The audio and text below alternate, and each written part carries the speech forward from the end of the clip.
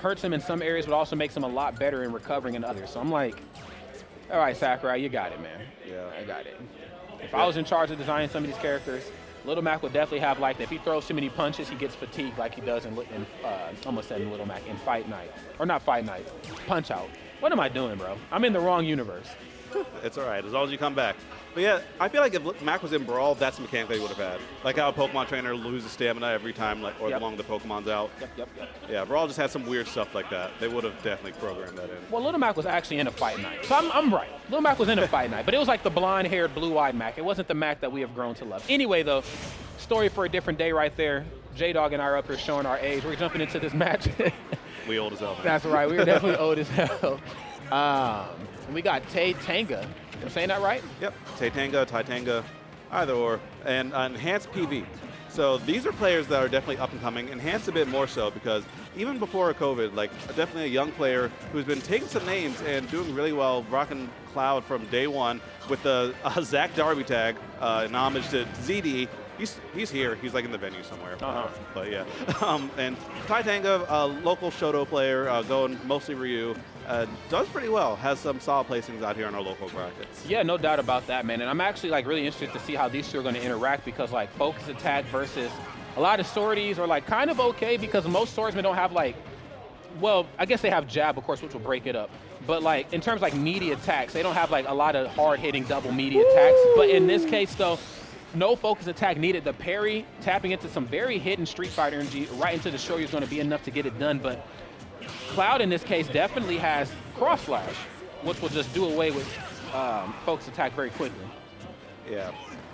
And also the thing is, I think that parry into down tilt Shoryuken wasn't early on like, hey, don't do this. Don't jump in on me.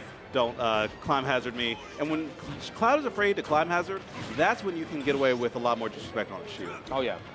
Definitely. That's always going to be a go-to option when like the pressure gets a little bit too thick for Cloud. He's just going to up B. But if you can start reading that, I mean, you're going to be in a good spot. And I feel like in a case like this, maybe even not even reading climb hazard. I mean, Cloud just has such big hitboxes that if you're confident in your parries, like you'll actually screw Cloud up pretty well. Yeah, Tenga making a miracle recovery. Oh, ate that, but can't eat the second hit. Can't eat the second hit. Look really good smart. though. Yeah, really smart counter right there from Tenga. Okay. Nice, great footwork here. Both players kind of just filling each other out, and this is actually not the worst spot to be in the world here for Enhancedpv. You know, of course, I mean, again, I don't want to sound like a broken record. I mean, Cloud, obviously great footwork as well. The ability to cross up, Ryu will certainly aid you since, you know, you're trying to work around that focus attack. But also, you know, I haven't really seen him utilize the limit. I mean, outside of like, you know, up special, that was good. But it shouldn't even really come to that because Ryu should not be that close up on you, you know what I'm saying? Like you should really be able to shut it down with like limit cross slash or even like the blade beam too. There it is. You called it, Rod. Now he sets up for the easy edge guard, and yeah, just as you called it, it happens. Yeah, man, he really should not be that close. You know what I'm saying? Like Ryu in your face. I mean, I'm not saying Cloud can't hold his own, but you know what I'm saying? Ryu gets that close up on you, it's best to try to create a little room. Yeah. And I think one of the things that Enhancedpv had to kind of find his footing, nice DI on that Shoryuken, but had to find his footing after so many parries are happening. And they're still happening. You haven't stopped them. Tenga with at least a dozen parries this game alone. That's right. He's looking really good right now. He's going to have to look better than good. He's going to have to look great. He's got to look phenomenal right here because Enhancedpv is definitely starting to figure it out at the ledge here. Yeah. Like that. He hasn't been able to quite find that opening as he's like Shoryuing and like using Tatsu back to the ledge. He hasn't been able to quite find that opening with down air, but he's still looking really proficient here. This could be the opening you were just talking about, though. Not getting in position quite fast enough. Using the blade beam, trying to put a bit more pressure on first. Yes, looks sir. like Enhancedpv not quite trusting that down air, but maybe won't need to. Limits here. It could just be one cross slash away from game number 1 going to the books. We're going to have to see here right now. Cloud's going blue, so that's never a good side here for the competition. But as I say that, though, Ryu's getting a little bit too close. And as you know, man, we're living in very strange times. Give me 6 feet, homie. Oh, FADC? I guess it definitely wasn't the cancel, but gets the anti-air anyway. And if anybody should know anything about not jumping in incorrectly, it should definitely be Ryu. He's been punching people for bad jump-ins for like 30 years now. Yeah, seriously. Unfortunately, ended up getting hit with a little bit of his own medicine there. That was only game number 1. Very strong start right there from Tenga.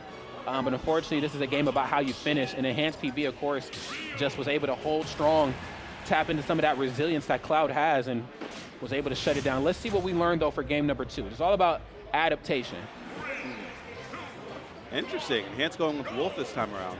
I think with just the amount of parries that Tenga managed to pull off, I think that he was like, let me just not deal with this. Let me go with a character with a bit better airspeed and a bit more real estate and airspeed to like drift back and forth and call out some of these parry attempts. That's right. But even as we say that, though, I mean, you know, Cloud, of course, might not have the mobility, I guess, as like a character like, you know, Fox or Wolf or Falco in some cases. But, you know, when I see Wolf, I'm like, yo, you cannot afford to get comboed, bro. Like, literally, like, if I hit you once, like, as you see right now, like, he's scrambling. Absolutely. And also, quick shout out to the matcher. You know, that just went up like $300 when I last looked. Oh, just like Enhanced went up 2 stocks to 1 in a blink of an eye too. There we go, and the venue's starting to come alive a little bit more here for their boy Enhancedpv. Definitely living up. Actually, I don't know what the PV means, but he's definitely way more enhanced than what we've seen in the last game here. Yeah, it might stand for point of view because he's seeing something that we are not, finding the dots to connect with that side B spike. He most definitely is. I mean, he has the tunnel vision on lock, man. He said, I only know one move, and it is forward right now, and I'm trying to move forward right here into this next game here efficiently. Tenga right here, a little tied up. He's gonna have to figure it out and quick here. Great footwork. Okay. Oh, look at the footwork. Yeah, he's moving on him. Despite the deficit, still not really playing too on the back foot with a lot of confidence, going for big plays. If that Nair connected, that would have been an easy spike into 1 stock apiece. And thing is, if Ryu's alive, he's able to make a comeback. This character is so strong, has links into that Shoryuken, and if you're above like 70, 80, if he has rage, you are liable to die. You are definitely liable to die, especially for, the fattest read in the world right here, or at least on this side of the Mississippi. Unfortunately, you won't be able to get that here today. Yes, gets the down tilt right into the Tachi. That's going to be enough now. You might have spoke something into reality here, J-Dog. What are you, what are you, a commentator or something? Oh, damn. Commentary cursed him. Yep. You are, bro. Yep. When you can pull off the commentary curse, that's how you know you made it. Definitely. And sorry, Tenga, I cursed you a little bit there, but for what it's worth, 2 SDs in that last game wasn't doing you any favors. It definitely was not. I mean, there wasn't anything that we could do up here to speak or manifest into that, you know, sort of anything to bring you out of that deficit. You were in some, like, real hot water. Yeah. And I think it was that first one, the Hadoken low into the like blast zone that really started unraveling. When you start doing that, especially as Ryu, because you have to hit all your inputs, not like perfect, there's a fair bit of lenient, but like Hadoken and Shoryuken has been an input that has been the bane of Ryu players since like Street Fighter 2. Yeah. Like, just because it's course forward, and if you're holding forward and you press the A button just a little bit during your Hadoken or Hadoken motion, you can get a Shoryuken, and like that'll throw you off. Definitely. And like, vice versa. The inputs are pretty similar. Yeah, there was also just a lot too that was like kind of working against Tenga because like it stayed like evenish, but then there was the point where like, yeah, you got 96%. I have 0, and this isn't obviously as far off as I probably would like it to be since you're Ryu, but like people sleep on the fact that Wolf can play really camping. Play very defensive. Now, this isn't me talking up his blast. Like, this isn't day one Ultimate. He has the best projectile in the game. Like, no, he doesn't. It's one of the better ones. It's not the best. But the tools that he has, soft nair, cross-up forward air, fall-away forward. I mean, he has tools to kind of dance around Ryu's airspace. And if you aren't, like, the most seasoned Ryu and, like, your anti-air options, you're in some real trouble, bro. Absolutely. It's good for the kit that he has. That's right. Like, he has everything else, and he has that blaster. And, yeah, it's just another hurdle to jump over, and your legs are already tired. That's very, very true. Yes, very, very true.